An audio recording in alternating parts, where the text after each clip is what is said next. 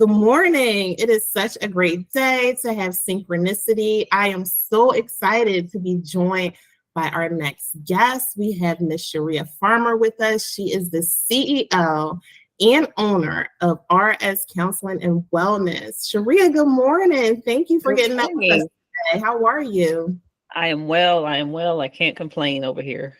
Good. So glad to hear. So let's jump right in. Tell us about RS Counseling and Wellness. Tell us about your program. So, RS Counseling and Wellness is a center that is focused on both consultation, training, and outpatient. So, we offer three areas of service. Specifically, our foundational service comes from my heart as a therapist myself. So, our outpatient is a mix of women who believe in holistic approach to healing. And so we have a variety of women who do the service here for us. I think now we're up to about five therapists. So all of them are awesome humans and they're very connected to their work. So it's very reflective of our service, believing in wellness, specifically for women and their families. So our consultation and training department is really focused on looking at trauma-informed care, trauma, wellness, and racial equity, which is a part of the work that I do as a consultant, racial equity consultant, where we specifically work with organizations to really focus in on developing concrete program that is both trauma-informed and also has a racial equity lens that incorporates care and support for their Black and Brown staff. Yes, I love it.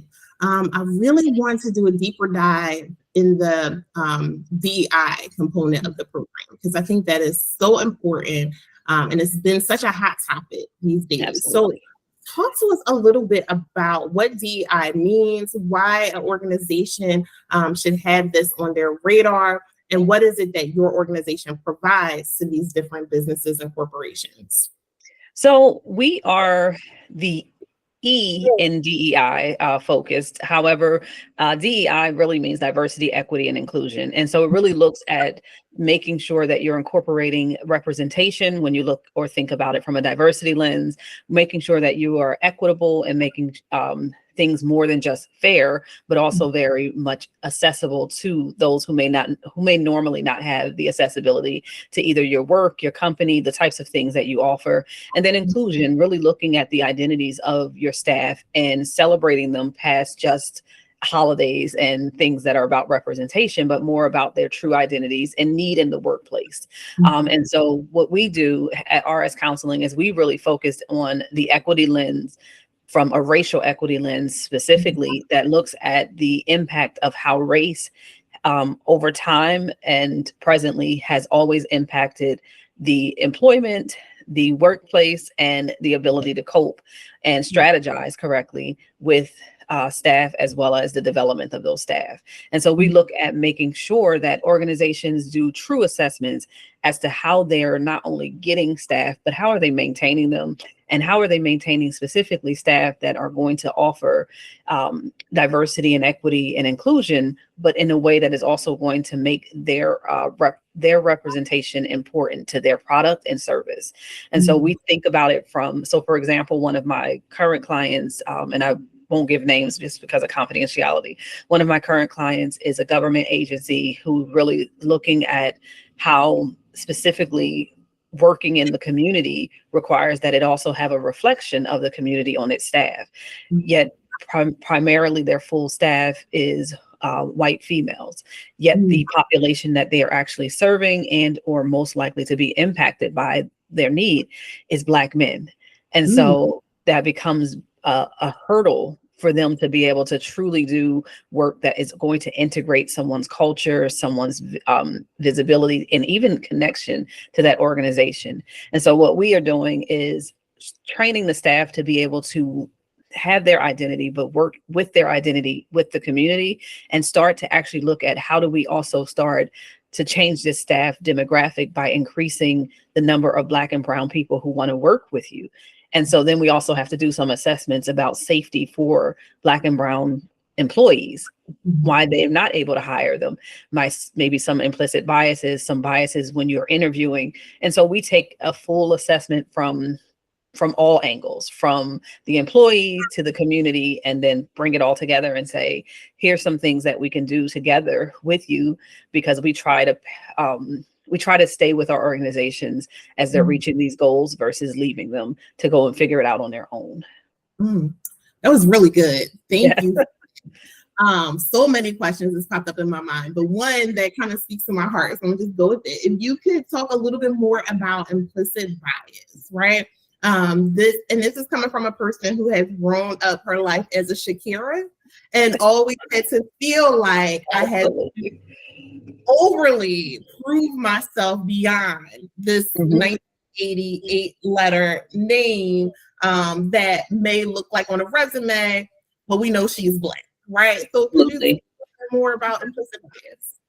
Well, one of the things that implicit bias, specifically the work that we look at in our organization or even working with organizations, is do you have an awareness of your lens that you're using to make standards and expectation? Do you have an awareness of how you view Blackness, how you view womanhood or womanhood? How do you view these areas, and what do you really believe about them that's impacting your ability to interview them successfully? That's impacting your ability to actually bring them on board and keep them on board, right? Mhm. And so we really look at, and specifically with implicit bias, it really talks to our unconscious and conscious beliefs about groups and stereotypes. There is, I mean, my lens is always on these days, so I'll watch something and I'm just like, oh, there we go.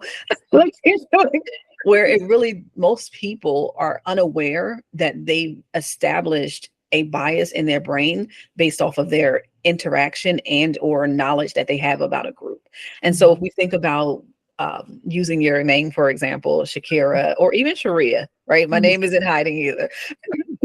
When you think about it, what happens is that people, as soon as they see it, they think of Black women and then all the things that they've learned or thought about Black women in that few seconds. And then they have to compare you to, say, Katie. Yeah. And when they have to compare you with Katie, the least, the easiest, I'm going to use Mhm. that term, the easiest thing for them to do is to go with comfort, is to Yeah. go with what they believe is going to be safer for them to navigate, easier for them to deal with, without having to think about the complications of what Black women come along with. Now, Mhm. I'm going to put that in air quotes because you may come along with nothing, and Katie may be more dramatic, has no real work ethic, and may not want to do a good job. But because you're comfortable when you're viewing that resume, your lens is now going to focus in on making sure that that person reaches the higher standard. Mhm. Even if their resumes are, and this has been shown, even if their resumes are exactly the same, that one thing, such as a name that indicates that it comes from a certain culture or race, can automatically make the other person look at the resume that has the white or more familiar or closest to white name to try to make sure that that person actually looks like a better fit for the culture, whatever that means. Wow. Well, it goes deep. It Yeah. definitely goes deep. So talk to us a little bit about how does your organization or your company help other organizations kind of circumvent that bias? How do you guys help move them past that? So one of the things that we do in this area, if we think about resumes, we do what is considered teaching them how to do blind screening, which means Mhm. that you don't have access to a name. You have access to resumes, and then based off of what you say as your metrics for hiring, you're going to then determine which resumes are actually going to have the better effort. Now, I want to rewind for a second. In some cases, we also teach that you do need to know the names and you also need to know the cultures so that you can be making sure that you are making it equitable with the amount of hires and or making sure that the interviews are equitable specifically based off of who you're serving, right? Because if, like I said, the example of the Black males, if everyone on your staff does not represent that, our goal should be to try to get either a brown or Black male that can understand from a perspective that maybe a white woman can't, their journey related to their issue in the community, right? And so in some cases, I wanted to make sure I say that it's not always blind screening. Sometimes it actually is about an equitable screening, which means that we want to interview or put up our postings at HBCUs, or we want to put up our postings in very specific areas that we know will gather a lot more of the demographic that we're serving, right? Mhm. And so we want to be intentional, and that is just as important as the blind screening, right? Mhm. So to balance that, and we do an assessment to determine which is the best approach. We also recommend, instead of doing individual interviews, doing panel interviews, because what happens with diversity of not just culture but also thinking and thought is that you also have more people who will have different experiences with different cultures, right? So if you put you and I on the panel, all of a sudden, if I see Shakira, it doesn't change my thinking. It doesn't make me say, oh no, don't. It makes me say, oh, I would love to be able to see how she would fit. If right, it makes me excited, which equates to balancing the person who has to have all the things they need to navigate that might be negative, right? Mhm. So creating panels is also a solution. And so we teach people different techniques based off of their needs related to how to make their environment more equitable. Now, we can teach them, Uh-oh.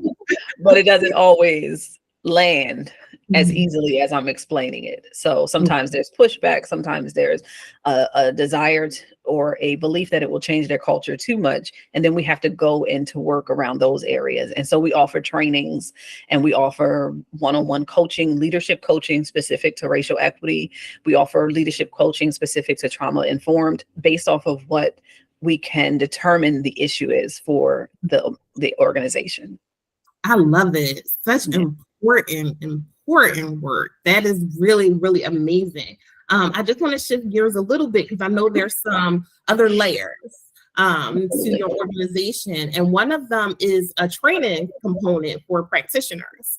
So tell Absolutely. us a little bit about that. That sounds really, really So I exciting. am actually extremely excited to offer these trainings for professionals, because many of the trainings that I'm offering, starting, especially the ones starting now, are things that have been packaged to my organizations to help them with racial equity, to help them with racial trauma, to help them with trauma informed care. So many of these trainings have already been shown to be successful with the work that I'm doing with the Mhm. organizations. And now I get to pull them out to try to support other professionals who may want to do similar work. I believe that there are enough. It's enough for all of us to be successful. And because I believe that, I always want to train more of the next in order Mhm. to make sure that they have access to the right information and also the skills to be Mhm. able to perform these things in a way that honors the work, both individually as well as community. And Mhm. so what we do is we have racial equity trainings, we have implicit bias trainings, we have clinical trainings, which are going to really focus on my background clinically at the beginning, but we're going to evolve, so because we have other experts coming on to train as well. And so we have substance use and substance development of the brain and how it's impacted by trauma.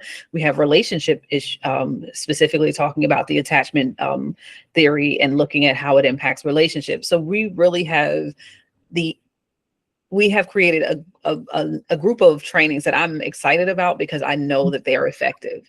So I get to do trainings on healing and joy for Black and Brown people, specifically Mhm. Black women, and navigating the thoughts around how we are holistic and community. And you get to see, this training is about 3 hours, but it gives you an opportunity to go walk all the way up to a healing circle. And Mhm. you, as the professional, can determine how you would create that for your population that you're servicing. So it's just been really cool to try to like pull out something that I've been doing for years and now make it accessible to more clinicians, and specifically for me, clinicians of color, because I feel like these are trainings that are going to speak to more than just the theories we may have learned in school, but adapting those theories to our culture. And so even I have one that's specifically clinical work with Black female clients. And I talk about how depression looks different and how even I assess it differently. But it also is important for me to also have clinical practices that I'm going to use. And then I give you some examples of how I keep them when there's stigma connected to them versus someone who may be an I'm excited even talking about it. It's just really exciting to give what I know away now, because I am moving further away from taking clients. So Yes, yes. I'm excited just hearing about it, right? And some of the subjects that you offer is really sounds like something that will be so helpful to clinicians that's in the field, especially dealing with how depression can look different in Black women. I think that is so huge, right? Because when we think about graduate school, we just kind of learn more about methods and just how to Mhm. apply, but not so much as how this may look in a different population. So I think that is Absolutely. really necessary. I'm very excited to hear about it. And so you mentioned trauma, which is one of my favorite subjects, right? I'm a trauma therapist, so I'm always gravitating towards that. So if you could speak a little bit, how would you say trauma affects any community, but especially the BIPOC community? So I think when we think about trauma in general, the if I just use the pandemic, I think that just makes the easiest example, right? It's a collective trauma that most of us, even if we don't have individual loss connected to it, we have loss that is about not having the same way that our lives were looking before the pandemic. And usually that's what trauma does. It creates a new narrative that our brain has to get used to. And that toxic narrative sometimes break us or create relationship boundaries, create issues that are going to be in our life, in our eating, in our thinking, in our communicating with people. And so really what trauma does is it just impacts our ability to be our whole self in a way Mhm. that does not include fractures. Now, Mhm. when I say that, I also think that it's important to recognize that the the complexity of trauma relates to the experience individually, but also environmentally as well as culturally and intergenerational. And so for me, I think when it comes to BIPOC specifically, we have to look at our history related to how even some of the methods in which we communicate, the methods in which we communicate discipline and connection to our children comes from a complicated relationship with trauma and comes Mhm. from a place that has historically been about, and specifically for enslaved Black people, about discipline around punishment and and correction that is going to Mhm. keep you from this magical place called prison and or harm from some other group. And so we take the methods that were taught to us through white supremacy to then impose them on our bodies. Yeah. That is going to cause internal oppression, which equates to ongoing generational Mhm. trauma, which means that I'm passing it down whether I like it or not. Now, Mhm. if we're going to talk about trauma, I always say we have to talk about resilience, because if we can pass down trauma, we can also pass down resilience. And Yes. so I think the same way we have a complicated relationship with trauma, we also have that with resilience. Some of the Mhm. things that were told to us that were resilience also is a detriment to Black women, specifically related to not caring for ourselves, putting everyone first. However, on the other hand, there's things like collective care, community, and support. I will tell you, to this day, I still feel like my closest and connections with women have been the reason why I'm still able to be successful after loss of my mother, my sister, right? These are the things that we have to look at along with the trauma, is also the resilience that our generations before us have placed in us. It can be our faith, it can be our connections, it can be our community, it can be a number of things. But at the same time, we have to resolve and deal with the trauma that comes from our history too. Really good. Good, good, good. And so thinking about resilience, could you tell us a little bit about holistic wellness and what is it and why is this important? So for me, it was important even for my business to come from that approach, because it looks at all of us as whole.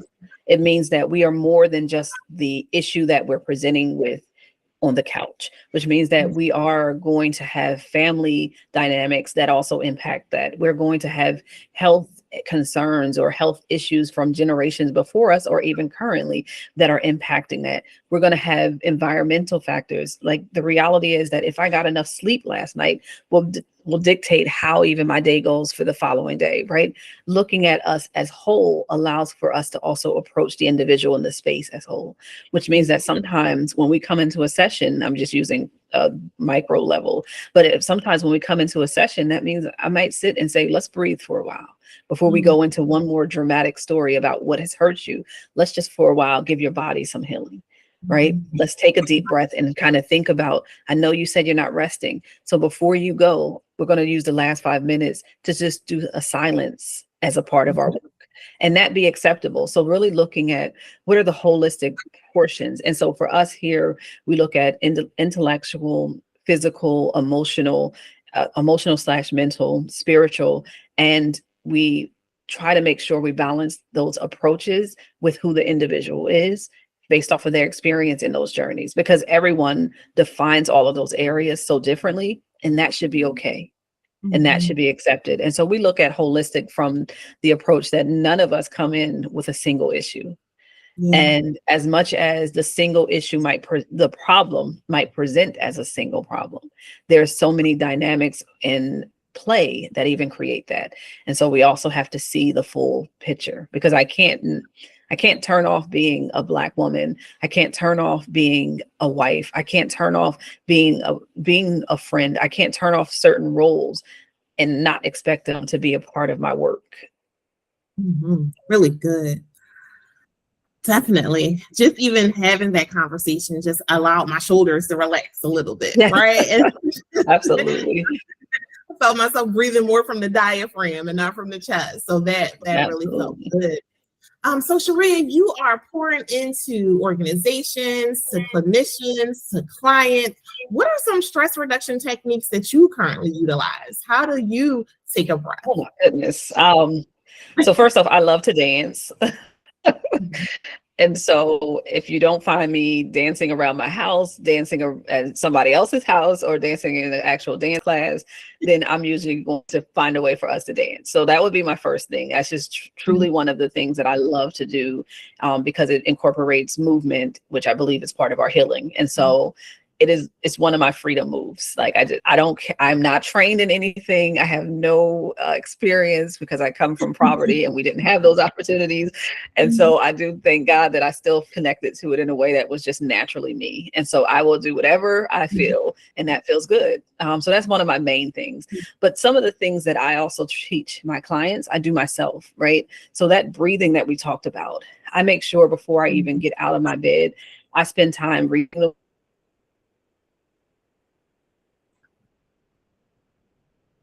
word, into meditation for a lot of years, these last few years. And so I make sure that I do that to even be able to give myself a rest and a start with the right mood for the day.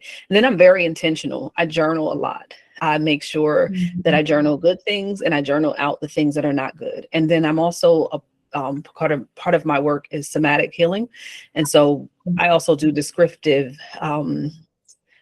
language for whatever I'm feeling, so that I can find it in my body and then do something about it. Right. So for example, if I'm feeling stuck, I can't get words out, I'm just feeling really trapped, then I know that in my throat area, I need to do some breathing exercises that are going to allow me to really kind of lose and have less tension. And so I get the honor. I no longer have as many clients. So I get the honor also to practice while I'm in sessions, because most of my clients will tell you that I don't, we're not leaving here without some form of body connection as well. And so they get a chance to do a body scan with me while they're doing it. I'm also doing it. So I'm very intentional about those things to transition to the next meeting, and or session that I might have. And then other things, like I enjoy making sure I drink enough water. If you saw over here, I have a smoothie for lunch. I make sure that I'm kind of balancing all the areas that kind of allow me to have energy and allow me to be my best self. And then I take a lot of vacations. Yes, yes, yes. And Welcome back. I love basketball. So as basketball season ends, I am usually at an arena. My husband and I have gone to everyone in the country and out the country, meaning Canada. But it's been something that has been part of our self-care in a way that still honors that we can't do it every day, but we need to make sure it's a part of us and it's a part of our journey. And then music, my last but not least, is I listen to a lot of music. I love soul music. I collect vinyl that is soul music. You see Aretha on my shirt. Yes. And so I usually am listening in my room to vinyl and just taking a moment to be still. So I try to incorporate those things. Now, this practice has come a long time. right? So this making sure that these things are incorporated has been learning myself, because I will admit that at the beginning of my career, especially with therapy, you want to do it all. And especially with helping specifically your own, you want to make sure you're available to them all. And I realized that I had to set boundaries to care for myself to do that. So. Good. Great advice. Great advice to every single clinician that is listening. Absolutely. Yes, amazing.